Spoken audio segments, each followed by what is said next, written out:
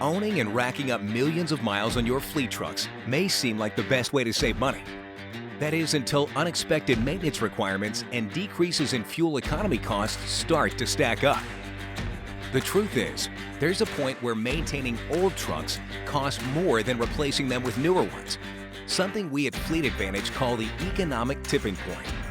We calculate the fleet's tipping point by analyzing and monitoring operating costs, including fuel, maintenance, downtime, driver retention, and more.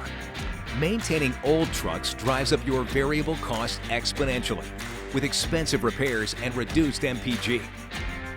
But by monitoring the tipping point indicators, operating shorter truck life cycles, and applying our flexible exchange at finance program, your erratic variable costs become predictable and lower fixed costs. Has your fleet reached its tipping point? Partner with Fleet Advantage and start with your fleet study today. Fleet Advantage, data-driven solutions.